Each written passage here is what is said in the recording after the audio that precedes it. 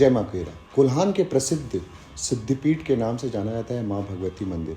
मंदिर का इतिहास 300 साल पुराना है।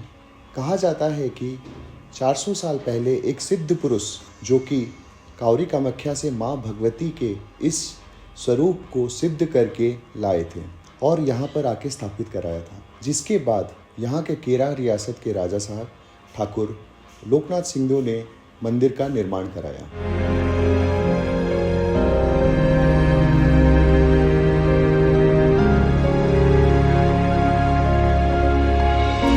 मेला का इतिहास करीबन 250 साल पुराना है। मेला का नाम जो है वो है केरा चैत्र पर्व। मेला तो ये बाद में बना, पर ये हमारा केरा चैत्र पर्व हुआ करता था, जहाँ पर घट पाट का पूजा होता है। इसका निमित्त एक डिस्क्रिप्शन होता है, एक प्रॉपर वे में पूजा पाठ होता है, जिसका शुरुआत शुभ घट से होता है। शुभ घट के बाद में आपका जात्रा घट होता है, जहाँ पर माँ अपना रौद्र स्वरूप लेके दाहनी डुबा से जल से जो घटवाली चढ़ाते हैं वो जल लेके राजदरबार में आते हैं। उसके बाद में हमारे यहाँ पर गरिया भार होता है, जहाँ पर आपका राजबाड़ी में छऊ नृत्य होता है। उसके बाद में जलाभिषेक, जो कि हमारे भगवती मंदिर के बगल में जो शिवलिंग है वो काशी विश्वनाथ से आके स्थापित किया गया था राजा साहब के द्वारा। इसीलिए मेलू जो बोला जाता है, उस दिन वही शिवलिंग में लाखों की संख्या में जितने भी भक्तजन होते हैं वो वहाँ पर पानी अर्पित करते हैं। और उसके बाद जो सबसे आखिरी में होता है कालिका घट, जहाँ पर लोग अंगारों में चलते हैं, कांटों में लिपट के हठ भक्ति दिखा के माँ के सामने अपना 17 दिन का उपवास तोड़ते हैं।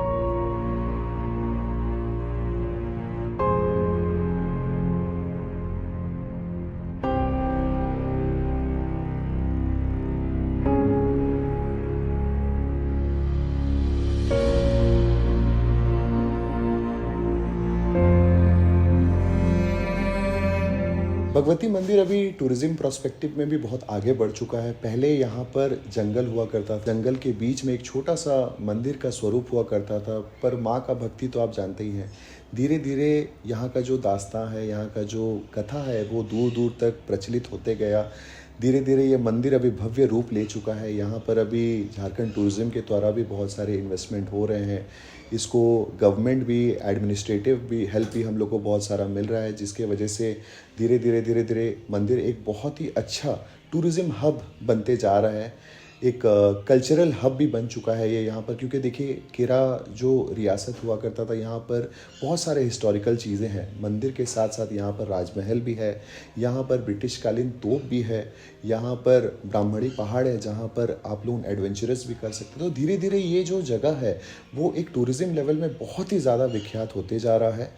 इसमें अपॉर्चुनिटीज़ बहुत ज़्यादा हैं, और अगर सरकार इसके ऊपर ध्यान दे तो ये न केवल झारखंड, हमारे पूरे देश का एक गर्व का बात हो जाएगा।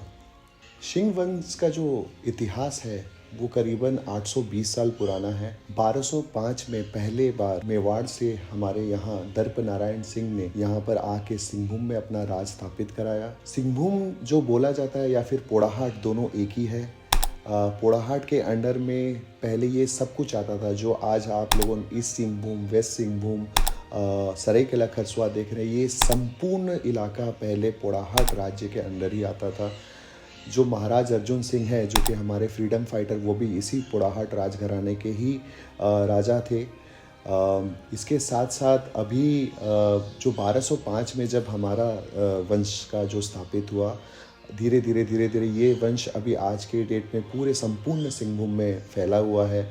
आप अगर सरायकेला बोले, खरसुआ बोले, ईचा बोले, डुंगनी बोले, बाक्साई बोले, केरा बोले, जयपुर बोले, बनालता बोले, आनंदपुर बोले, मनोहरपुर बोले, हर जगह में जहाँ कहीं भी आप देखेंगे हमारे यही सिंह वंश के लोग आज भी अपना स्थापित करे हुए हैं।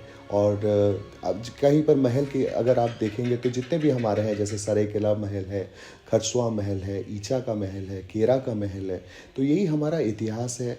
और जहाँ जहाँ पर राजा रजवाड़ा हुआ करते थे वहाँ पर अपने खुद के देवी हुआ करते थे उनके, जिनको वो अपना कुल देवी मानते थे या फिर इष्ट देवी मानते थे।